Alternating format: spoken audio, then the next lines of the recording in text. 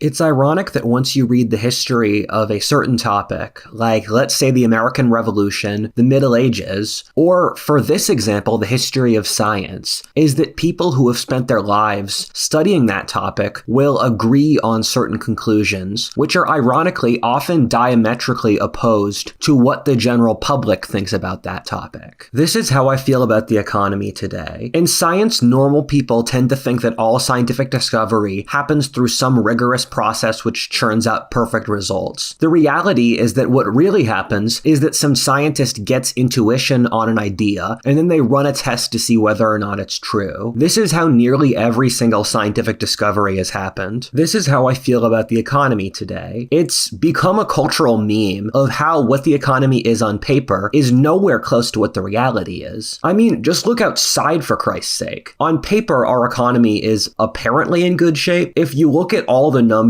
everything is fine. That being said, if you look at anything else, it's so clear that that's not the case. If you look at what people self-report about their lives, things are not good. If you look at quality of life statistics, the financial state of the average household, cost of living, and about 40 other statistics, which we'll see over the course of this video, it becomes so clear that things aren't fine. That being said, the story of how the elites were able to hide it is fascinating in of itself. The rabbit hole goes really deep with this one. You'll be surprised to see how many issues with our society are uncovered by looking into how we lie with numbers.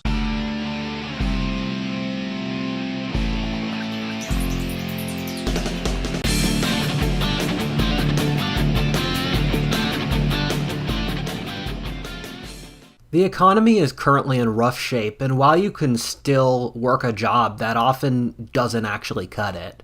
Thankfully, there is a way to get more money without leaving your house and while expressing your opinion on topics you care about with YouGov, an internet-based marketing research company.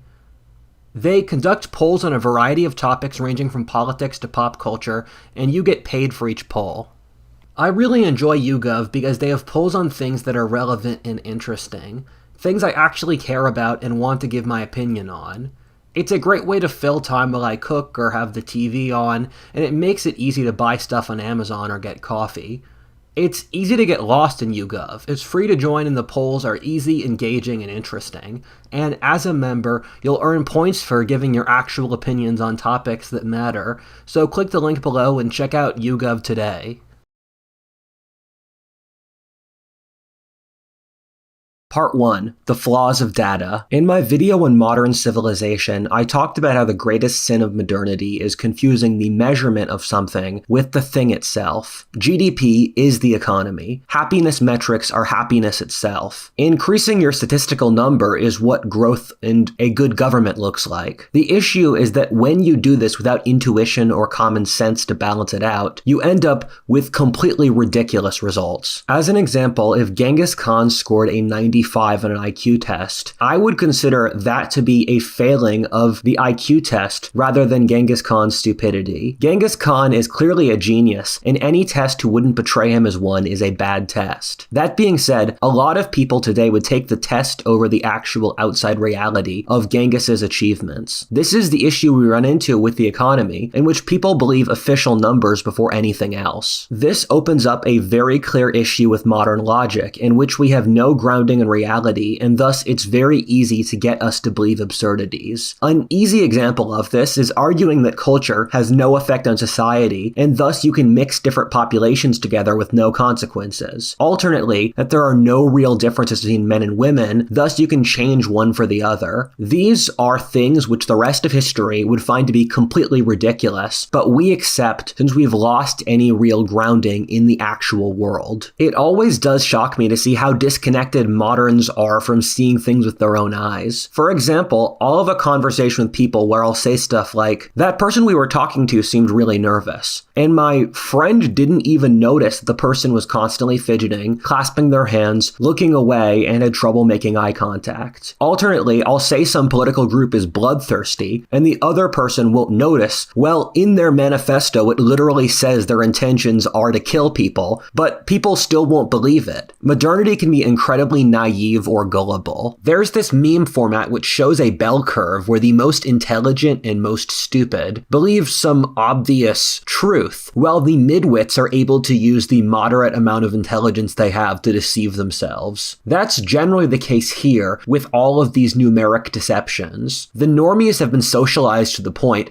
where they can only see things once their social elites have recognized them. Thus, the elites continue to massage the numbers so that the normies continue to cope that everything is still fine. There's this interesting book I like a lot called The Growth Delusion by Pilling. The book talks about how using total GDP as a metric to measure the economy, something that governments all around the world do all the time, results in bizarre social effects downstream of it. For example, the American healthcare system is legendarily inefficient, but it's ranked as good since it creates more economic growth due to being so inefficient that it needs a lot of money to keep running. Thus, politicians see that it creates jobs, thus is good, and don't pay attention to how wasteful it is. Alternately, lots of African countries actually have economies 6 times their size on GDP per capita due to weird bugs in how these numbers are measured. A video I've been meaning to make for a very long time on this topic is 12 Ways to Lie with Numbers, which is basically an account of all the ways statistics can be doctored to push a certain agenda, which is in reality not what's actually going on. An easy example of this is how the elites, basically until the social breaking point that took place under Trump or COVID, were able to use statistics to lie to the American public to say that their lives were getting better economically. Even as a teenager, I could listen to my parents talk about what America was like in their youth, or watch older movies, and it was clear that things had gotten worse economically for normal people. That being said, whenever I brought up these points, people would jump down my throat. Due to rises in total GDP, the party line was that the average American's life had gotten better since the 1970s. The reality is that if you adjust for cost of living, normal Americans' lives had gotten vastly poorer since 1970. Once Trump was in power, it created a reckoning amongst the American elite, which forced them to admit this, but it was taboo to bring up beforehand. It's also very similar to how I grew up in Pennsylvania, part of the Rust Belt, which got destroyed by deindustrialization. Meanwhile, if you brought up deindustrialization before Trump, you would get gaslit by society, which would tell you that nothing bad was happening. The thing I really don't understand about modernity is just the knee-jerk no to things it doesn't like. Where I was talking about these things before Trump, and if you had conversations with people about, hey, it looks like average Americans' quality of life is getting worse, it wasn't even a discussion. They just immediately tell you that you were wrong and the statistics were against that. And growing up in the Rust Belt, I would talk to people and say, you know, all the buildings are decaying around us, and people didn't even notice, which shocked me. And modernity isn't interested in talking about things that it disagrees with. And I don't really know why we're so close-minded. The reason I'm going through all of this is to show 2 points, which I don't think people really think about, but ought to. The first is that the elites are very good at skewing official numbers to show the exact opposite of what's going on in the real world. They're also good at keeping up the facade for decades, in large part since I think a majority of the ruling class unironically believes the narrative of any given time, no matter how silly. Which leads me to the second point. If you've ever read the book 1984, they talk about how the party changes the narrative all the time, and memory holds whatever their previous reality was. There's a line in the book which goes, "We were always at war with East Asia." Well, in reality, that East Asia was their ally just a year before. Everyone conveniently forgets this, though. We do this to a ridiculous degree, and I can never believe how rapidly it occurs and to such an extent, especially so in a liberal democratic society. For some examples, do you remember when saying COVID was a lab leak was treated as a conspiracy theory that you couldn't talk about and would face literal discrimination for bringing up? Conservatives keep complaining about how leftist government was so oppressive during COVID, but forget that the Trump presidency oversaw it. People forget how the narrative with Russiagate and Comey flip-flopped over the left loving or hating him about 5 times. We are able to completely change important narratives as a society very quickly without ever noticing that we did in the first place. Remember when Barack Obama didn't think gay marriage was a good idea? I find this terrifying, and it's so dystopian to see. I remember in high school looking at people around me and realizing there had to be a dating crisis. I just didn't see ways that young people would meet each other due to to the digital nature of society. This was something that society never really talked about until 2022, when numbers came out that 2/3 of young men were single and 1/3 were virgins. The thing that freaks me out is that people need the statistics to see what's going on. They can't look around at the world to figure it out themselves. As a society, something can literally happen before our own very eyes, but we won't talk about it until the statistics are out from the government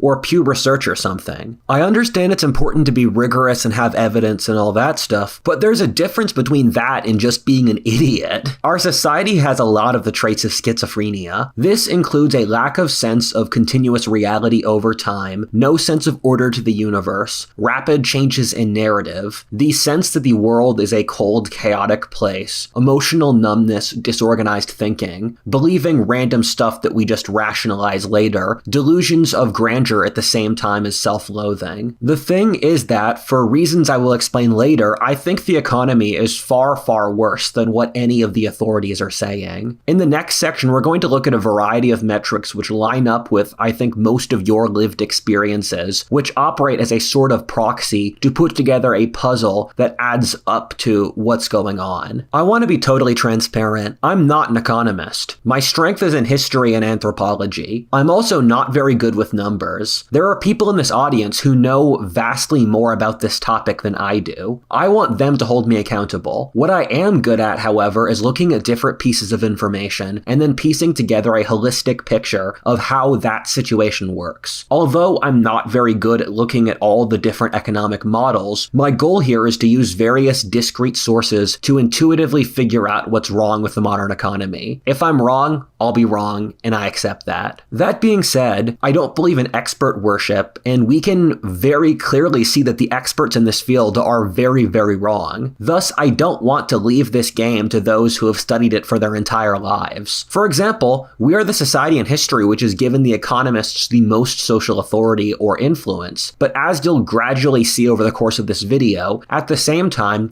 we are making some of the most profoundly stupid decisions of any society ever in history economically. I have a friend who's a professional economist and statistician who works at a think tank who I was talking to. He said that normal people's quality of life has remained constant since COVID. I told him that was completely ridiculous, and there was no way in hell that was possibly true. If the data says that, the data's wrong. Hey everybody, for a brief pause, you guys should check out my second channel, History 102, in which I go through various historic time periods to the Axial Age, the World Wars, or the Vikings to explain world history in 1-hour segments.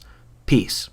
Part 2. What's going on? Since my background's in anthropology, I spend more time thinking about how societies work on a holistic, different area level rather than just in economics. Effectively, does the society work as an organic whole? We have a bunch of metrics which assess this. When the pedal hits the metal, the society exists to serve the people inside of it, and so the question is, are the people all right? I especially try to look at statistics where people can't fake things, as in relating to their psychology or bodies. People can say whatever they want, but they can't lie through their body language, health, or mental well-being. All these numbers are at unironically the worst rates in human history. Every single statistic relating to mental health is at the worst point ever. People today sleep the least, are the fattest, most depressed, suicidal, they have less sex, are more mentally ill, marry the least, and have the least children, and even stuff like height is declining. By every single metric which would show the human character of society, we are massively failing. The thing is that a lot of these statistics are directly related to the economy, although there are other variables.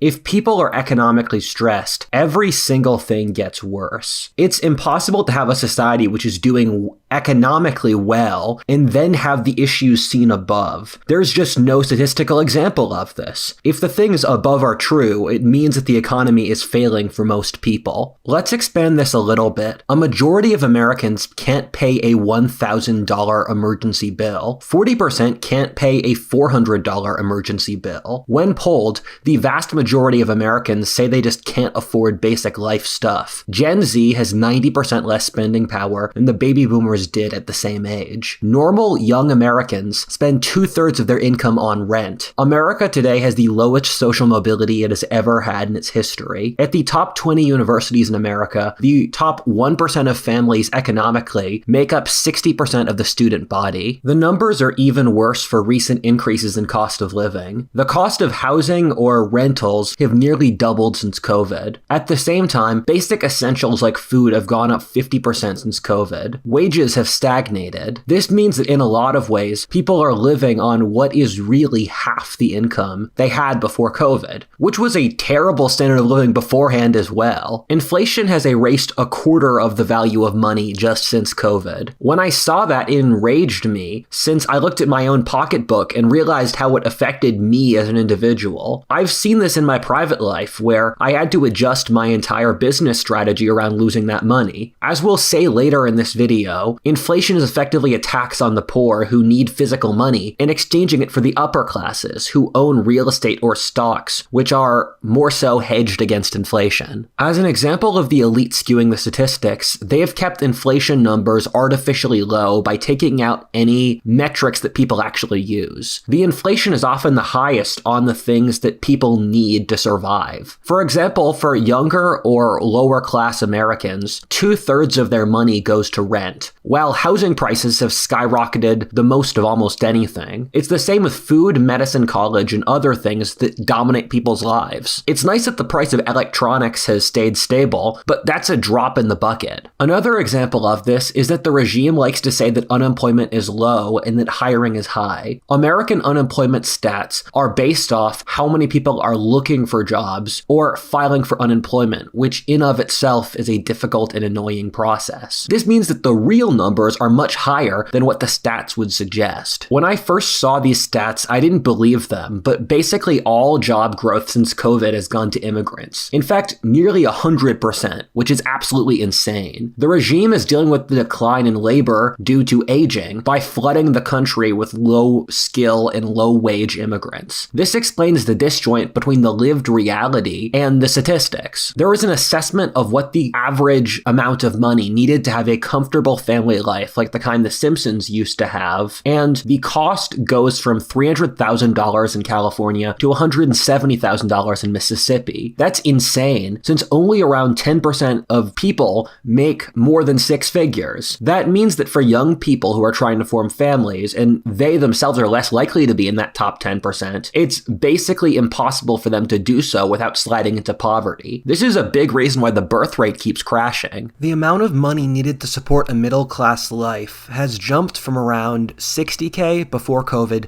to $100K today.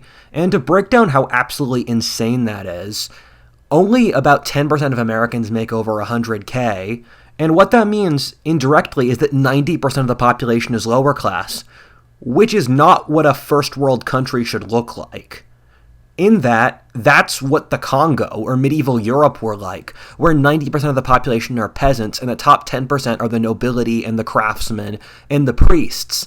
And if 90% of the population is poor, you have really, really failed. What we've pieced together is that you can make it look on the outside as if the economy is good. If you ask people to look at the objective numbers, the stock market, and economic growth, you can say things are fine. The American economy is expanding pretty rapidly while unemployment is pretty low. At the same time, this economy has basically no effect on the general population, who are economically struggling. This is a good place to work from in order to put the puzzle together. The most important and skeleton key variable here is inequality. We are one of the most unequal societies ever in human history. What this has effectively done is create a two-tiered economic system which are disconnected enough that it's hard to even imagine them existing in the same country at the same time. This means that we have an economy in which capital is doing very well, but labor isn't. Capital or money itself and those who own it, and labor or those who work, have been in permanent cooperation and competition for all of human history. When labor gets too strong, nothing can be accomplished accomplished since mass human cooperation becomes too expensive. This is a big reason Europe has declined vis-a-vis America since World War II, as their government regulations have artificially inflated the cost of labor, thus making Europe a non-competitive area economically. Meanwhile, when capital becomes too strong, you end up in situations like our current one, in which the stock market is doing well, as inequality surges, while normal people don't get any of the benefits of that. Our society is so ridiculously skewed towards capital for several different reasons. The first being is that we have a massive imbalance against labor. Our society over the last 50 years has basically done every single thing it could possibly have done to devalue the value of labor. This includes bringing women into the workforce, immigration, automation, globalization, or population growth. This is why productivity has gone up 70%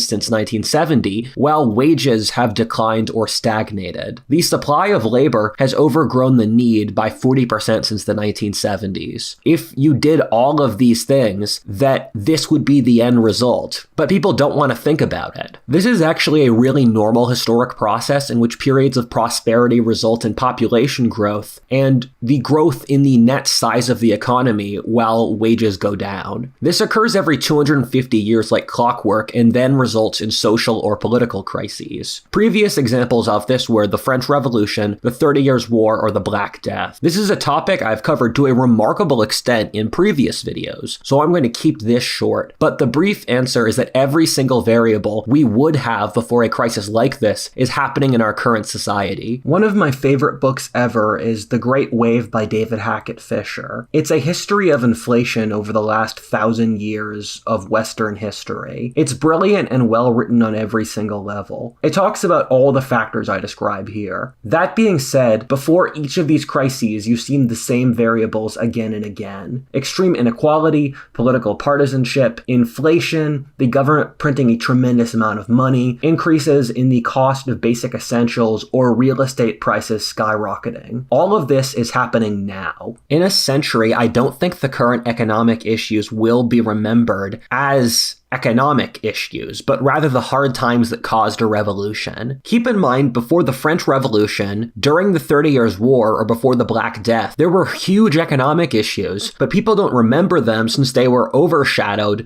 by the historic events that happened later. Like in each of those cases, normal people were caught in grueling poverty, while the stock market was stuck in insane bull runs. In each case, however, the stock market then crashed, killing the entire banking industry, which in turn lowered inequality, thus creating a hard reset. When the economy is as weird and disjointed as it is now, it's impossible for it to not reset. That being said, I don't think the result of this will be a Great Depression, but rather a war. It will be one side putting their enemies' heads on spikes, literally burning Silicon Valley or Wall Street. This sounds like a big claim, but if you want to know more, watch my half a dozen videos on this subject. A second reason the economy is so skewed towards capital is the demographics of a society are reflected in its economic system. The baby boomer generation is probably the most important generation in history, and especially so on an economic basis, where they have economically dominated whatever time period they were living in. Thus, when the baby boomers were young, the economy was growing on a vast level due to them just having jobs, kids, and buying homes. Then once they started to enter middle age, the global baby boomers started to accumulate property for retirement. This occurred over the 1980s and changed an economy from production and wage-based to capital and investment-based. The capital boom due to the baby boomers amassing money caused the massive economic surge of the Reagan cycle from 1980 until the present. This was the period of the most rapid economic growth in history. That being said, as the boomers have moved from middle to old age, this money is now being spent in a manner similar to how savings are accumulated for retirement. Thus, on a macro-social basis, our society has stopped actually being about growing, but rather spending the savings of the previous era. This is a classic sign of decadence or decline. The prerogative of our society is to increase capital as much as possible so the boomers can live out their retirement pleasantly. This is also paralleled in the mass population collapse I talk about in this video, where this is exactly what you would expect out of a population in decline. The bubble will burst at some point since there just aren't enough young people to to replace the boomers. What this means is that when the elite says the economy is good, what they really mean is that it's doing its intended purpose. There's this whole new term which I really love, in that a system's purpose is what it does. The purpose of our economy is to increase the value of capital so that the boomer ruling class can have comfortable retirements. Before the youngers get too angry, which I think is totally deserved, keep in mind that we do live in an era of scarcity. Thus, for the boomers, they actually financially do need to do this. If you take this away, you will have an entire older generation with nothing to do, and who don't have any money to support themselves, which is a giant social issue in of itself. That being said, this is exactly the conundrum you would expect from a demographically aging country. Or how much do you extract resources from the young working population to support the elderly? Part 3, False Economy. I'm naming this chapter in honor of one of my favorite economics books, being False Economy by Alan Beattie, which I would highly recommend. And it's an economic history of the world through the lens of asking paradoxical questions, like why is Argentina poor and America rich? Or why doesn't Africa produce cocaine in the same manner South America does? And it ends up with the thesis that I've found basically all honest economics explained books come to, that there is a world of difference between the things politicians sell about what's good for the economy and what's actually good for the economy. And instead, we build this false economy around what looks good on paper, but in reality is disastrous. A couple months ago, I read a brilliant book named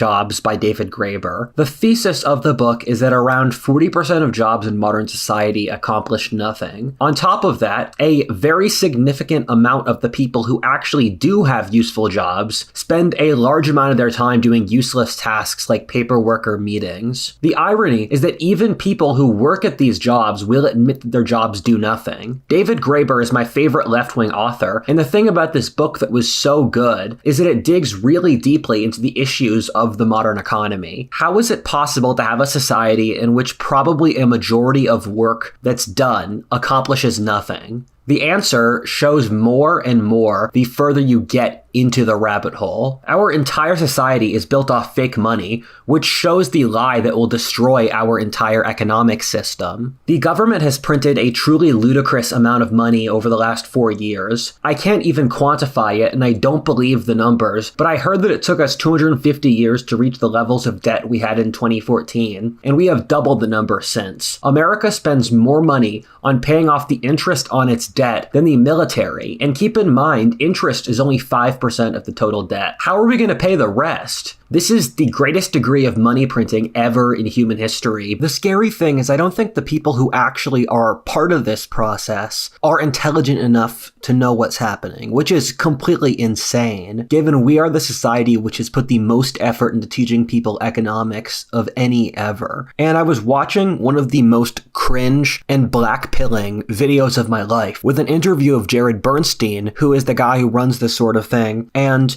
they asked him, how come the US government prints money, and then after that there are loans between different government departments on money that they just printed? And he literally didn't have an answer. And you guys should watch it, where he just waffles and doesn't have an answer for it. I have multiple friends who used to work at the Fed, and I asked them this question: does anyone at the Fed know about the 17th century Spanish financial crisis?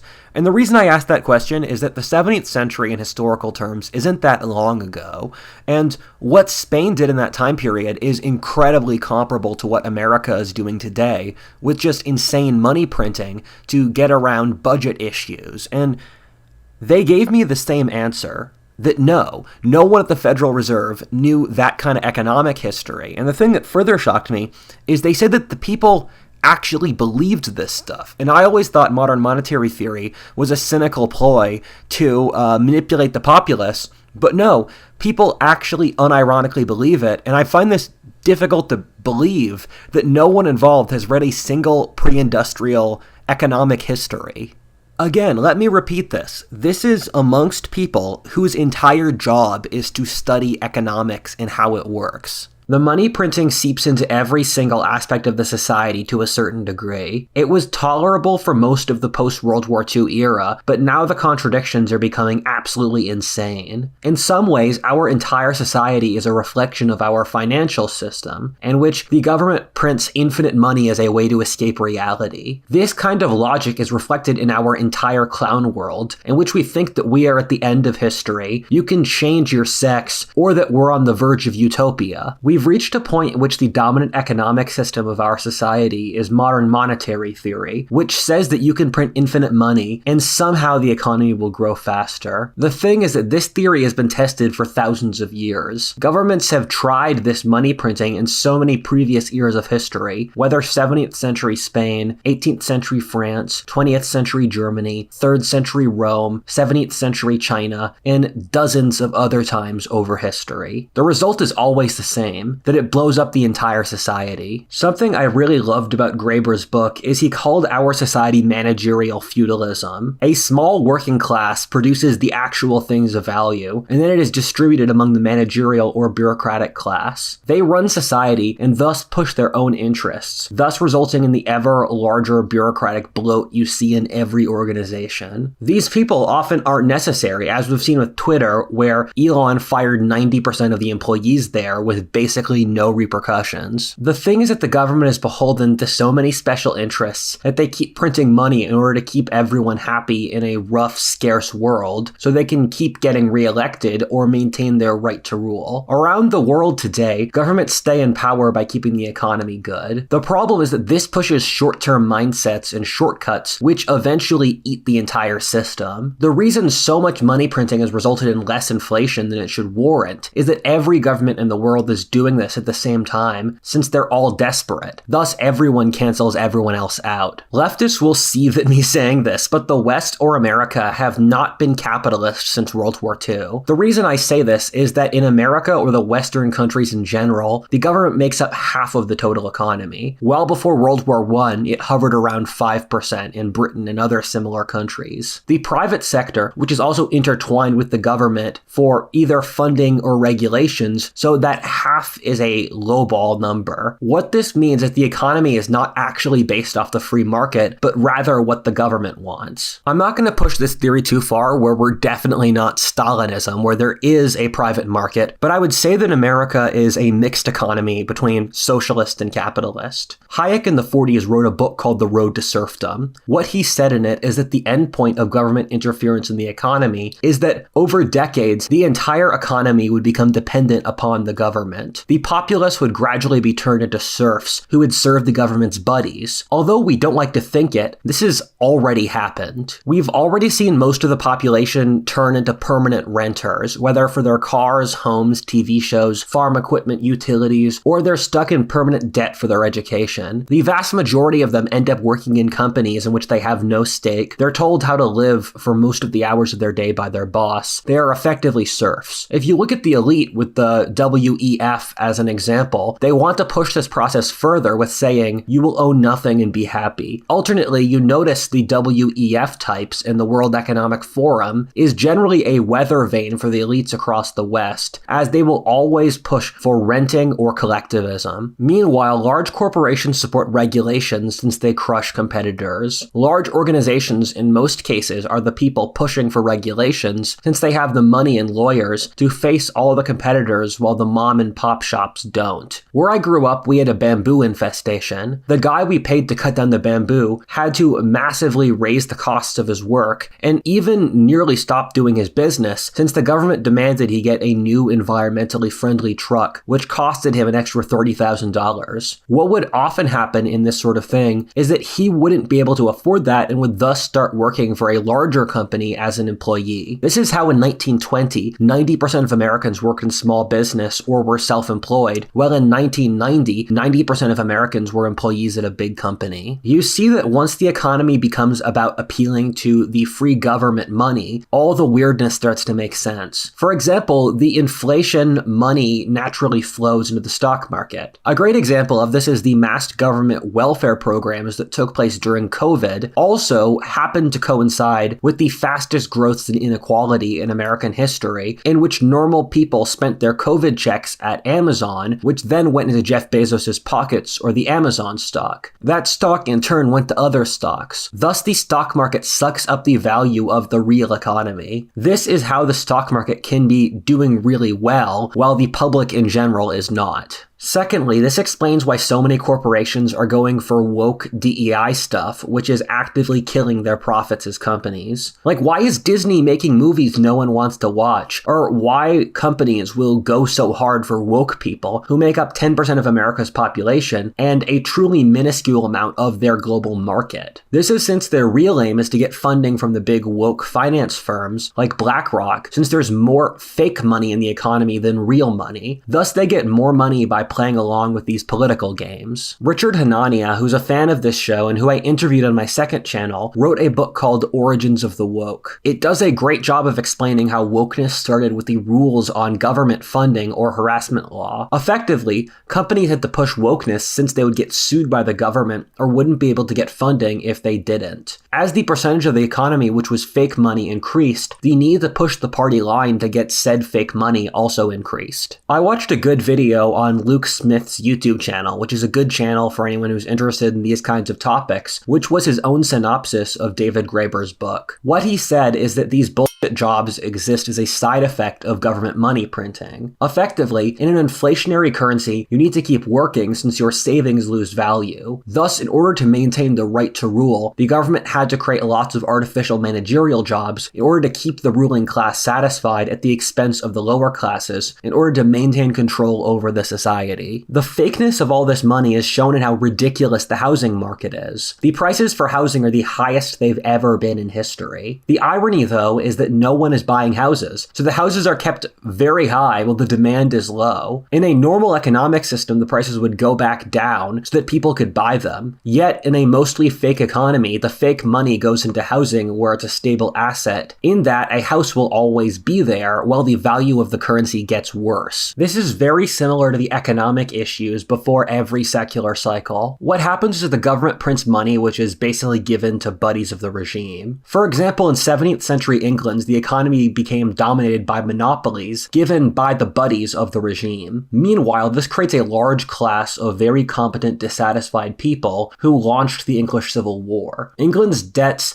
became horrifying, and in the need to balance the budget, the country spiraled into civil war. I've said before that most of my videos are really about explaining two historic events that are happening at the same time now, and those which I believe will happen soon are the coming civil war or the population and mental health crisis. With all these videos, I've made the conclusion that we are a bubble, and our entire age is a bubble that is about to burst. This is true politically, economically, culturally, socially, demographically, and in every other way you could imagine. The insane delusions of our age are an attempt to cope with this bubble bursting. The collective zeitgeist knows in its bones that something is wrong. That being said, we try every single method we could in order to avoid having to see it. Government stimulus is like drinking in that it provides short-term relief, but the more you do it, the worse it gets. Well, if you do too much, it becomes an addiction or could kill you. We're at the point where we're trying to get blackout drunk to forget we're drinking. We're also alcoholics in denial. I don't know exactly how this is going to play out, but the bubble is on the verge of bursting. The stock market can only not reflect the population for so long. This silliness is just insane, and it's reaching a point in which people realize that everything is not right. In the future, this era will be remembered as that bizarre period when an insane society was trying to deny reality with all its force, when we realized we weren't God.